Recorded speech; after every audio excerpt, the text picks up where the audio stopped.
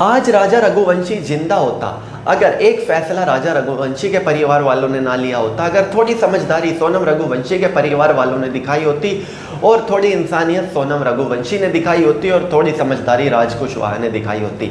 अब जब राज कुशवाहा और सोनम रघुवंशी दोनों ही पुलिस कस्टडी में हैं, दोनों ही एक दूसरे पे ब्लेम डाल रहे हैं, दोनों पूरी तरह से टूट चुके हैं, वो जान चुके हैं कि वो फंस चुके हैं और अब वो 7-8 साल से पहले जेल से बाहर नहीं आने वाले। ऐसे में दोनों बचना चाहते हैं। जहाँ सोनम कह रही है कि ये पूरा प्लान राज का था, राज कह रहा है पूरा प्लान सोनम का था, इसी ने पैसे दिए, इसी ने किलर्स हायर करवाए और इसी ने हम सबको बुलाया भी।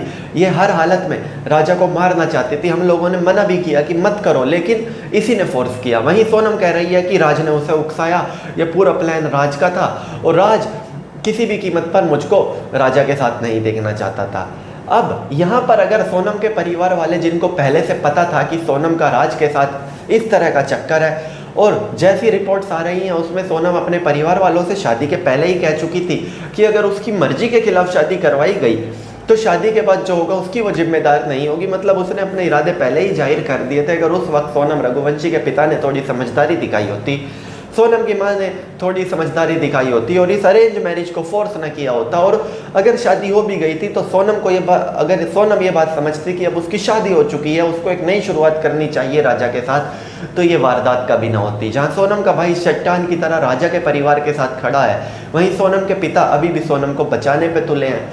जबकि हकीकत तो ये है कि सोनम और राज कुशवाहा दोनों ही इस केस में बच नहीं पाएंगे, क्योंकि जिस पूरी प्लानिंग के साथ, जिस जघन्य प्लानिंग के साथ, अपने आप में काफ़ी खौफनाक वारदात है। एक महिला शादी करती है, उसके पास शादी ना करने का ऑप्शन था, लेकिन वो फिर भी शादी करती है और हस्बैंड को मार देती है।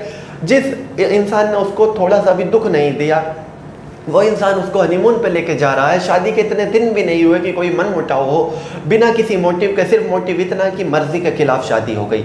जरा सोचिए इससे कितना गलत एग्जाम्पल सेट होता है समाज में। और अगर ऐसे बाकी लड़कियां भी करने लगे जिनकी उनकी मर्जी के खिलाफ शादी करवा दी जाती है तो क्राइम रेट कितना बढ़ जाए। और यही कारण है कि इस केस में सख्त से सख्त सजा की ज़रूरत है। तो चलिए दोस्तों, मैं राहुल दहिया फिलहाल इस वीडियो के लिए इतना ही। आगे भी इसी तरह के वीडियोज़ के लिए बने रहिए मेरे साथ। धन्यवाद।